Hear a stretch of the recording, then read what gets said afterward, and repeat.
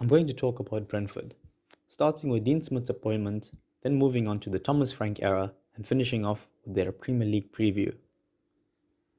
When Dean Smith was appointed, the club was in disarray. He was the third manager in the 2015-16 season. Nevertheless, he was able to steer them to a ninth place finish. He was able to stabilize them and said goodbye to major first team players at the end of the season, namely Will Grigg, Andre Gray, Stuart Dallas, and James Tarkowski. Of course, three of those four players went on to be starting players at their respective Premier League clubs. And then there's Will Grigg, who stole the championship that following season, bagging 28 goals and his very own. Will Grigg's on fire. Your defense is terrified because Will Grigg's on fire. Na na na na na na na na na na na na. Anyway, Dean Smith oversaw an unbelievably busy transfer window, with the club signing some 18 players. It was literally a whole new team, and I think they did reasonably well considering the influx of new faces. They finished 10th in the 2016-17 season and 9th in the 2017-18 season. By the start of the 18-19 campaign, his sole objective was getting them promoted to the English top flight. By the start of this campaign, his squad boasted more than capable talent. Notable inclusions were South African Kamohelo Mokocho, Hendrik Dalsgaard, Ezri Konza, Neil Mope, Ollie Watkins, and Said Benrahma. I think it was at the start of the campaign that he knew he had assembled a formidable squad and that Premier League promotion was just a matter of time. He had signed a one-year contract extension, which signals that he didn't see a long-term future with the club. My hunch is that he didn't want to compete in the Premier League with the Brentford business model. He knew that they are nothing more than a feeder club to other Premier League teams. Think of those aforementioned players. His top talent was continually being poached and the club was generating profit that wasn't being reinvested. At the time of his departure, he had earned his stripes and had picked up many admirers along the way. Frankly, he created that squad on peanuts and turned it into Podina chutney.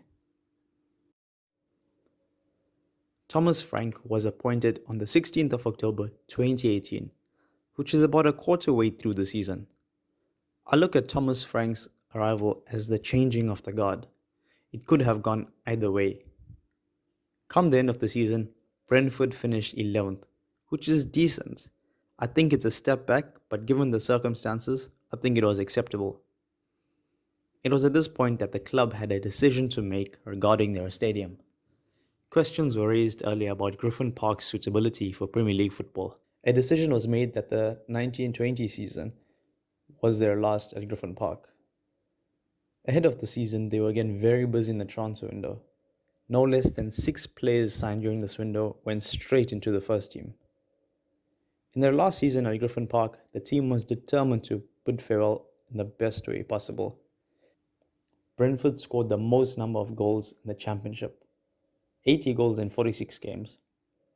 Ollie Watkins and Said Benrahma were responsible for 42 of those league goals. Suffice to say, they made a jump. The promoted teams were Leeds and West Brom, with the final team being either Brentford or Fulham. A West London derby with promotion to play for. Scott Parker's Fulham edged Brentford 2-1 at Wembley to secure top flight status.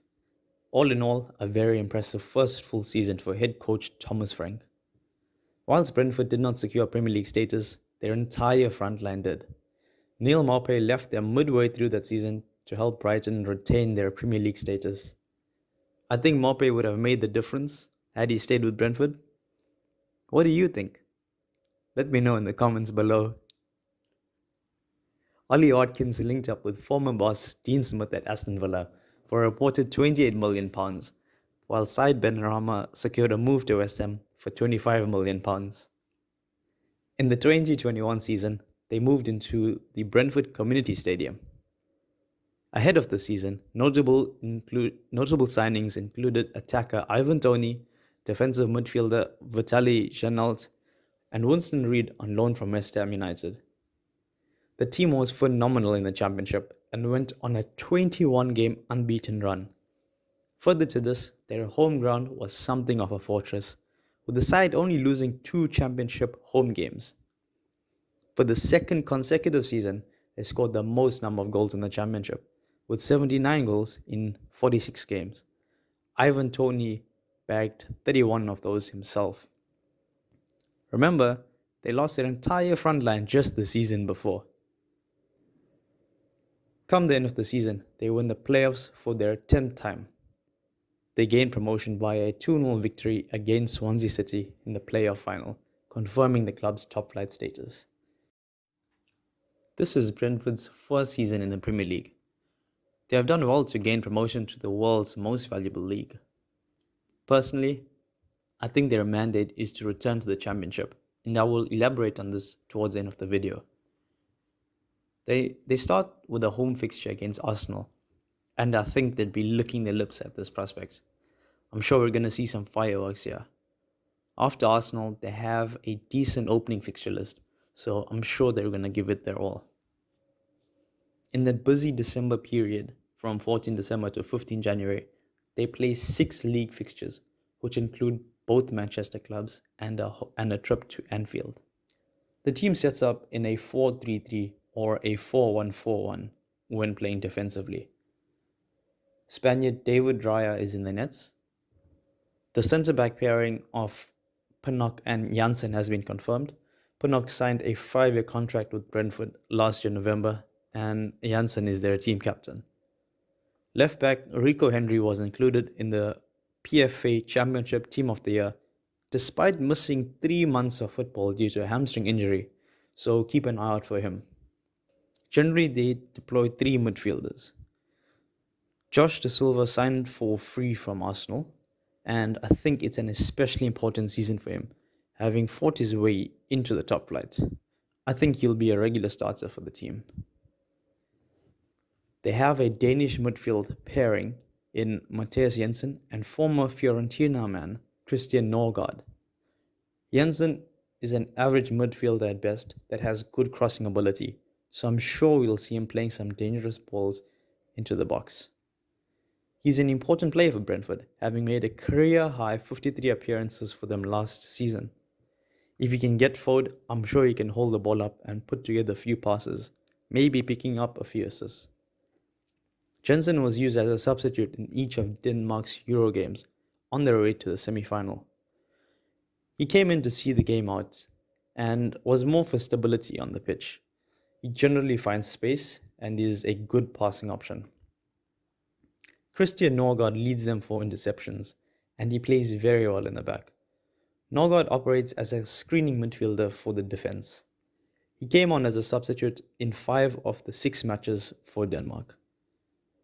Once the Danish attackers got the lead, they would bring him on to protect the lead, and very much sacrificed an attacker for a defensive-minded player.